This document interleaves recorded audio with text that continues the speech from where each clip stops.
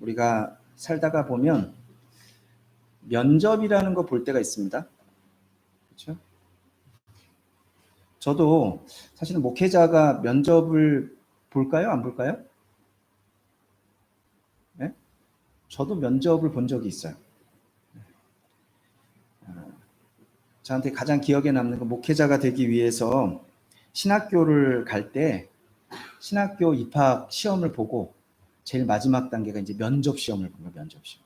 교수님들이 다 앉아 계시고 질문을 합니다. 질문을 하는데 목회자가 되려고 하는 사람에게 있어서 가장 중요한 질문이 뭐냐면 소명을 받았는가라는 거예요. 소명.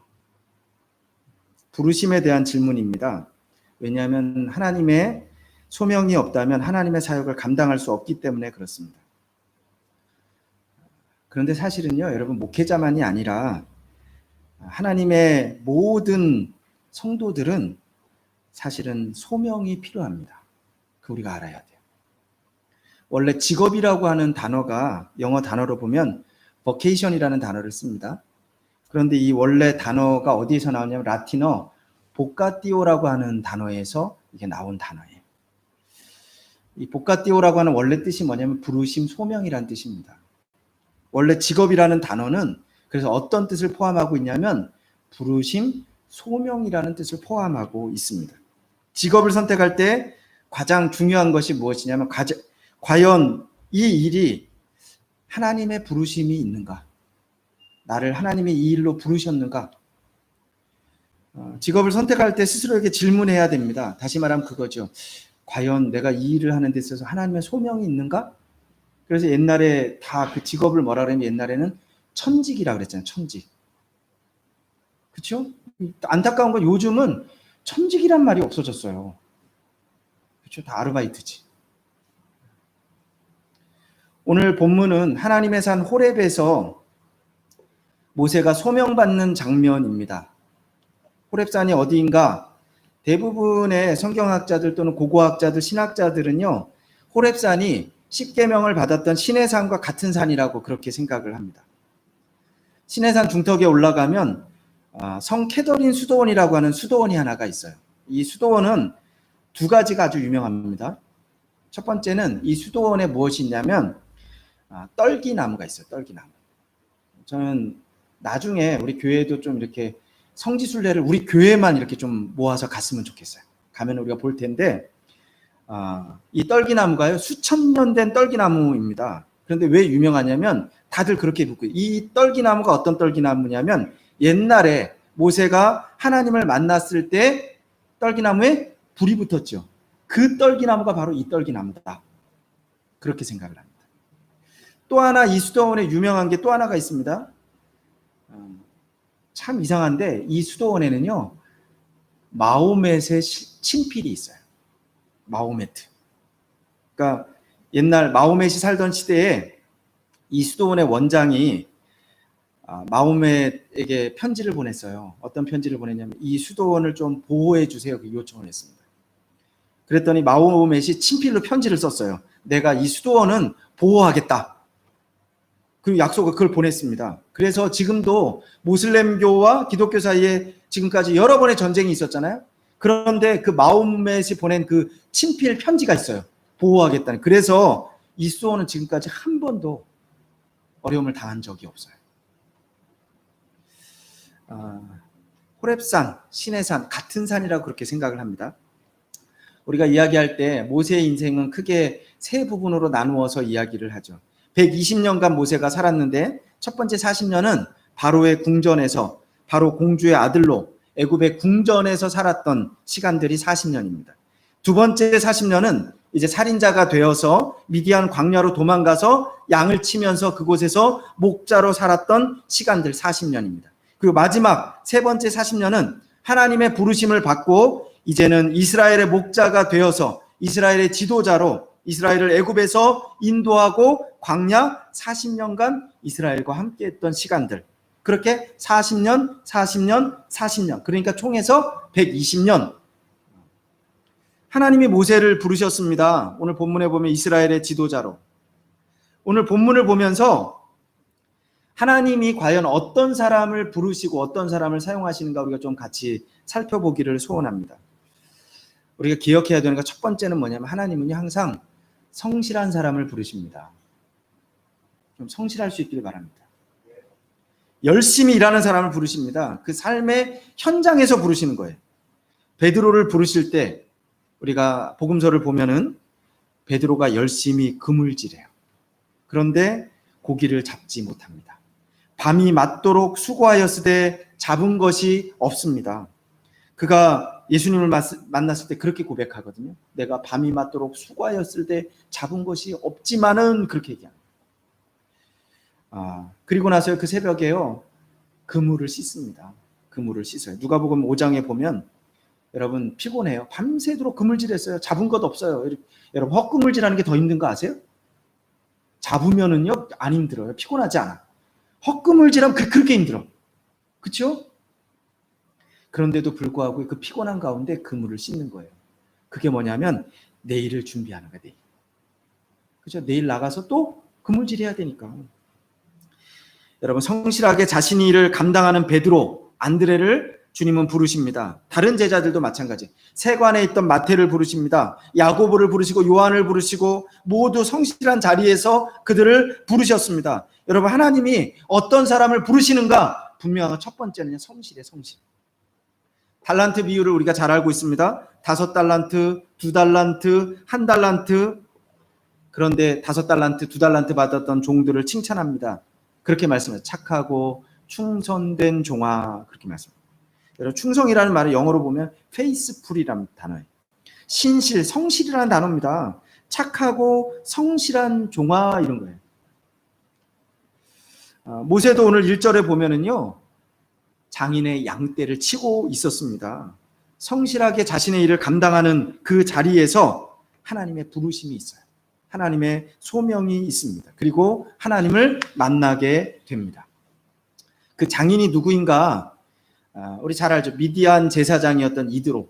우리가 앞에 2장에 보면은 또 다른 이름 루엘이라고 하는 이름이 15절에 기록이 되고 있는데 이 루엘이라는 그 뜻은 뭐냐면 하나님의 친구 이런 뜻이에요. 여러분.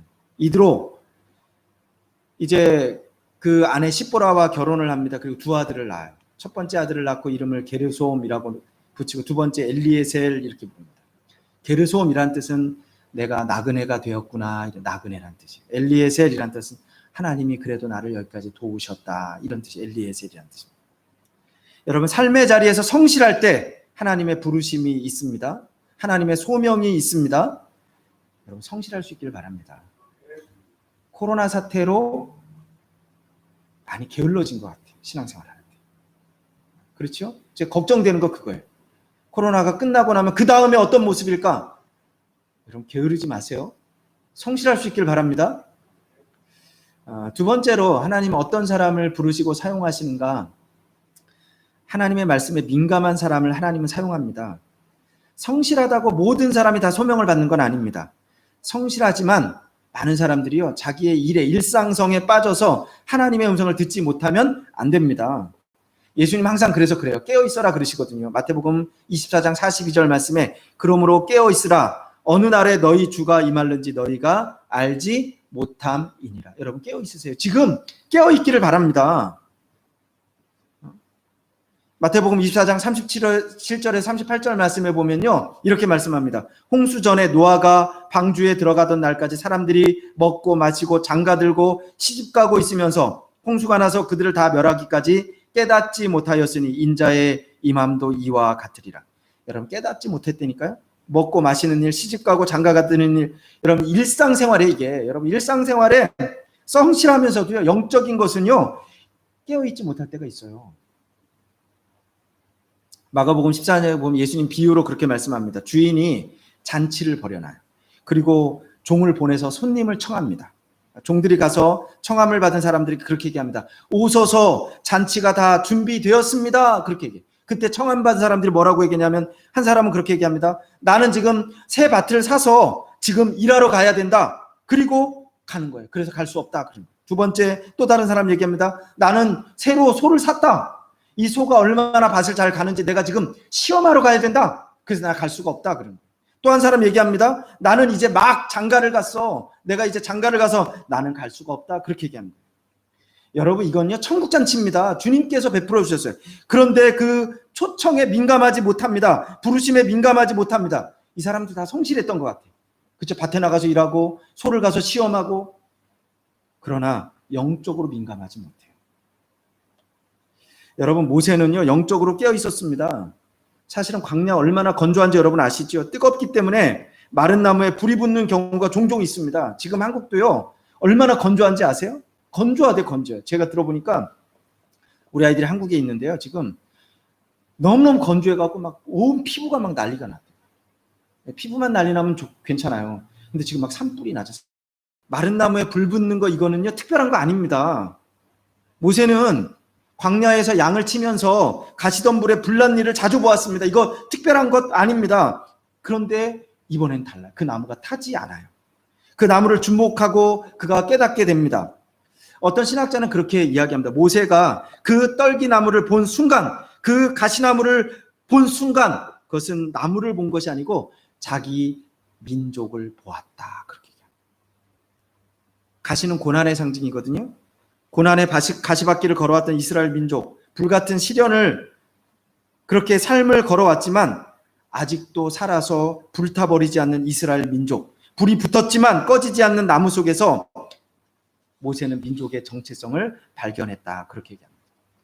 사실은 그 글을 보면서 저는 그런 생각이, 어쩜 우리 민족과 참 비슷하다, 이스라엘이. 그렇죠? 이번 코로나 사태를 통해서요, 우리 민족에게 뭐라고 얘기하는지 아세요? 그렇게 얘기합니다. 우리 민족은 위기 상황과 국난을 극복하는 것이 특기인 나라이다. 이렇게 얘기하죠. 특기인 민족이다 얘기하더라고요. 위기에 강한 나라, 국난에 강한 나라. 위기와 고난이 닥쳐올수록 더 하나가 되고 그것을 극복하는 나라. 그러니까 우리나라와 이스라엘이 참 많이 닮았다라는 그런 말들을 많이 합니다. 여러분, 모세는요 오늘 본문에 보면 떨기나무를 발견하고 그 불을 발견하고 가까이 다가갑니다. 그리고 하나님의 음성을 듣습니다. 4절 말씀 한번 우리 같이 한번 읽어볼까요? 4절 한번 같이 말씀을 한번 읽어보겠습니다. 4절입니다. 시작.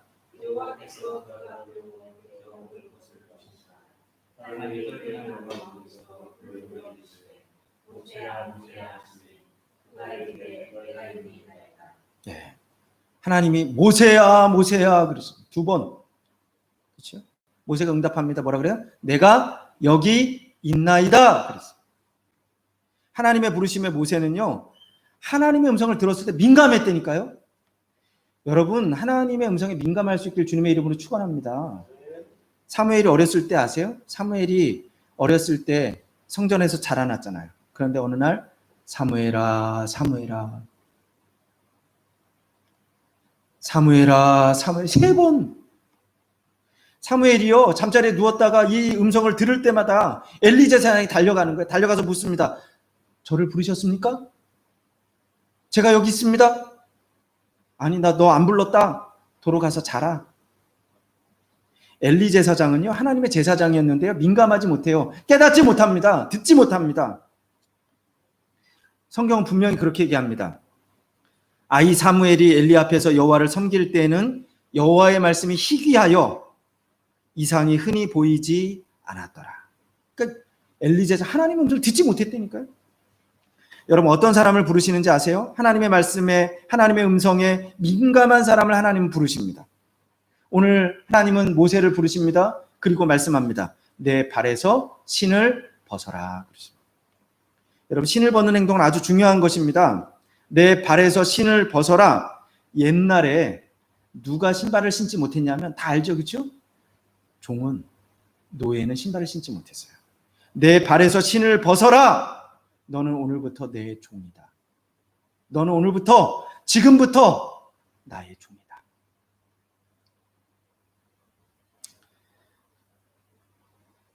하나님이 부르십니다. 그리고 하나님께 응답합니다. 여러분, 진지하게 응답해야 됩니다.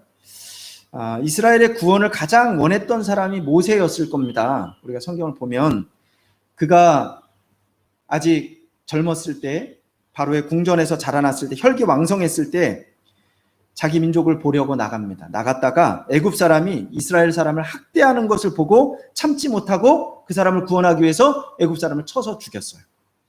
그래서 살인자가 되고 도망하고 그리고 미디안 광야에 가서 처갓집 살이를 40년간 하게 되는 겁니다. 여러분, 자기 힘으로 자기 민족을 구원해 보려고 했던 사람입니다. 그런데 결국은 실패했습니다. 도망자가 되었습니다. 아마 이스라엘의 구원을 가장 원했던 사람이 모세였어요. 그런데 못했지. 그런데 오늘 하나님이 모세에게 말씀합니다. 우리 한번 7절 말씀, 8절 말씀을 같이 한번 읽어보겠습니다. 7절, 8절. 제가 7절 읽고 여러분들이 8절 읽고 그렇게 우리가 교독으로 한번 읽어보겠습니다. 여호와께서 이르시되 내가 애굽에 있는 내 백성의 고통을 분명히 보고 그들의 감독자로 말미암아 시즘을 듣고 그 근심을 알고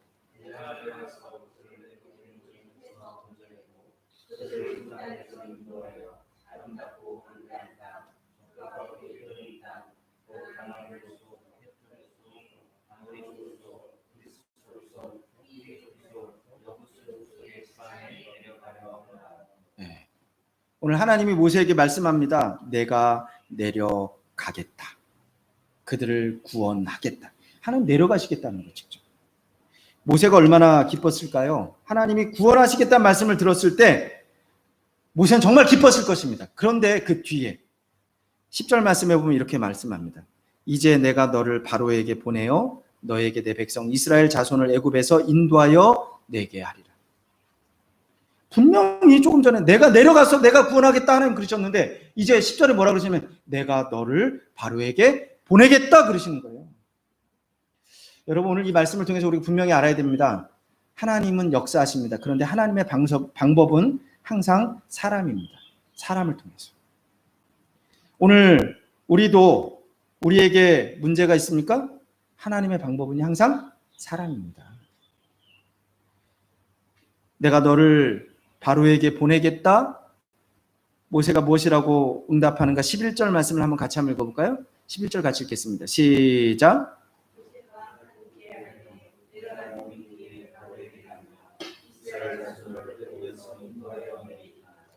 모세가 뭐라고 말하면 그렇게 말합니다. 내가 누굽니까? 그런 게 내가 누굽니까?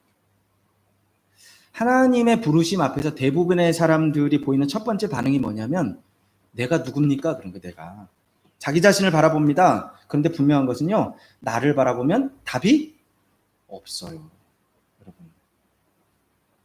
사사기 보면 기드온이 사사기 6장 15절에 보면 하나님의 부르심 앞에서 기드온이 뭐라고 말하면 그렇게 이야기합니다. 오 주여 내가 무엇으로 이스라엘을 구원하리이까 보소서 나의 집은 므낫세 중에 극히 약하고 나는 내 아버지 집에서 가장 작은 자이니이다. 여러분 자기 자신을 보면 뭐라고 얘기하면 그렇게 합니다. 저는 부족합니다. 그런 거죠. 예레미야도요. 예레미야 하나님의 부르심을 받았을 때 1장 5절에 보면 하나님 이렇게 말씀합니다. 내가 너를 모태에 짓기 전에 너를 알았고 내가 배에서 나오기 전에 너를 성별하였고 너를 여러 나라의 선지자로 세웠노라. 그렇게 말씀. 그랬더니 예레미야가 뭐라고 얘기하냐면 내가 이르되 슬프도소이다 주 여호와여 보소서 나는 아이라 말할 줄 알지 못하나이다. 여러분 항상 내가 누굽니까? 이렇게 얘기한다니까요. 나는 보잘것없는 사람입니다. 나는 작은 사람입니다. 나는 말을 못합니다. 여러분 자기 자신을 바라볼 때 그럴 수뿐이 없어요. 모세가 그렇게 핑계합니다. 오늘 4장 10절에서 12절 말씀에 보면요. 모세도요. 뭐라고 얘기하면 그렇게 얘기하는 겁니다. 저는 말을 못합니다. 저는 말을 못합니다. 그래요. 그런데 하나님께서 모세에게 응답하시고 약속하십니다. 우리 한번 12절 말씀 마지막으로 한번 같이 한번 읽어보겠습니다. 12절 시작.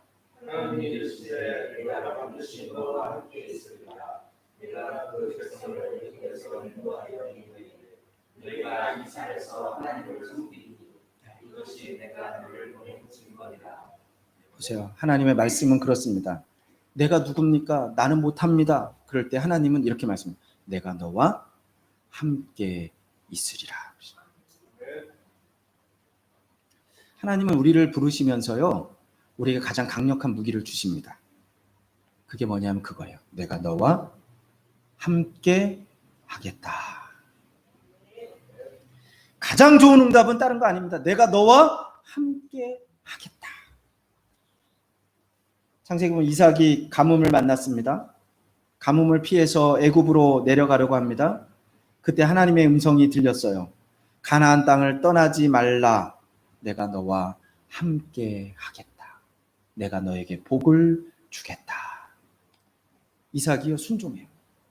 이삭이 제일 잘하는 게 뭔지 아세요? 특기가 순종입니다. 순종. 그렇죠? 아버지가 이삭을 죽이려고 할 때도 어떻게 해요? 그냥 순종했잖아요. 하나님이 가나안 떠나지 말아라. 내가 너와 함께 하겠다. 어떻게 해요? 순종하잖아요. 하나님이 함께 하시겠다는 그 음성을 듣고 그가 가나안 땅을 떠나지 않았습니다. 그리고 성경은 그렇게 얘기합니다. 그 해의 농사에서 100배를 거두었다고. 100배. 여러분 100배를 거두었다는 건요. 이거 상징적 100이라는 숫자가 상징이에요. 그렇죠? 성경에서 상징이거든요. 가장 많은 거는 뭐예요? 100의 100. 옛날에 제가 신학교 다닐 때 저희 학교 옆에 초등학교가 하나 있어요. 광장 초등학교라고 초등학교가 하나 있었어요. 이 목사님 맞죠? 네, 그 초등학교 있는데 거기다 앙케이트 조사를 했던가 앙케이트 조사. 앙케이트 조사를 하는데 여러 가지 많은 질문들이 있는데 1학년 학생들을 대상으로 앙케이트 조사를 하는 거예요. 근데 한 가지 질문이 뭐였냐면 하나님의 나이가 몇 살일까 이거예요. 하나님의 나이가 몇 살일까요? 1학년 학생들에게. 제일 많이 나온 나이가 몇 살인지 아세요? 그럼 100살을 얘기한 사람 딱 1학년 수준인 거예요. 100살. 100은요, 그냥 숫자 100이 아닙니다. 이건 생각할 때 더 이상 없어. 그 가장 많은, 이게 100이에요. 그러니까 여러분, 100배나 거두었다는 건요, 하나님이 이삭에게 얼마나 복을 주었는지 몰라요. 그랬더니요, 옆에 있던 블레셋 사람들이, 블레셋 왕 아비멜렉이요, 시기합니다. 생각해 보세요. 지금 다 가뭄이에요. 그런데 이삭만 어떻게 해요? 100배나 거두죠, 100배나. 그러니까 막 방해합니다. 괴롭힙니다. 심지어는 우물을 빼앗고 우물에다가 막 흙을 메우고 당시에 가장 중요한 재산은 우물이었거든요. 결국은요, 같이 살 수가 없어요. 그래서 결국 아무도 없는 곳, 광야 같은 곳 옮겨갑니다. 쫓겨납니다. 그런데 그렇게 괴롭히고 그렇게 쫓아내기까지 했던 블레셋 왕 아비멜렉이 어느 날 군대 장관 비골과 함께 이삭을 찾아옵니다. 창세기 26장 28절에 이렇게 그들이 얘기합니다. 그들이 가로되 여호와께서 너와 함께 계심을 우리가 분명히 보았으므로 우리의 사이 곧 우리와 너의 사이에 맹세를 세워 너와 계약을 맺으려 하노라. 여러분 가장 강력한 무기는요, 하나님이 함께하는 겁니다. 하나님이 너와 함께 하심을 우리가 분명히 보았다. 이제 우리가 평화의 조약을 맺자. 오늘 가장 좋은 응답은 다른 거 아닙니다. 오늘 하나님이 우리와 함께 하십니다. 아멘. 다윗이 골리앗에게 나아갈 때 우리 다 알잖아요. 그렇게 외칩니다. 너는 칼과 창과 단창으로 내게 나오지만 나는 만군의 주 여호와의 이름으로 내게 가노라. 나는 하나님과 함께 나간다 이겁니다. 함께. 그리고 결국 다윗이 승리했어요. 여러분의 사업장에 하나님이 함께 하시는 사업장이 되시길 주님의 이름으로 축원합니다. 아멘. 여러분의 가정이 하나님이 함께 하시는 가정이 되시길 주님의 이름으로 축원합니다. 아멘. 우리 나라가, 우리 민족이 하나님이 함께하는 나라가 되기를 소원합니다. 오늘 힘들지요? 어렵지요? 괜찮아요. 하나님이 오늘 우리와 함께 하십니다. 다 같이 기도하겠습니다. 좋으신 하나님 감사합니다. 오늘도 우리를 부르시고 하나님의 말씀 앞에 서게 하시니 감사합니다. 힘들고 어렵지만 이때 나를 바라보지 않게 하시고 환경을 바라보지 않게 하시고 나와 함께 하시는, 우리와 함께 하시는 하나님을 바라보게 하여 주시옵소서. 우리에게 은혜를 허락하여 주시고 승리를 허락하여 주시옵소서. 예수 그리스도의 이름으로 기도드리옵나이다. 아멘.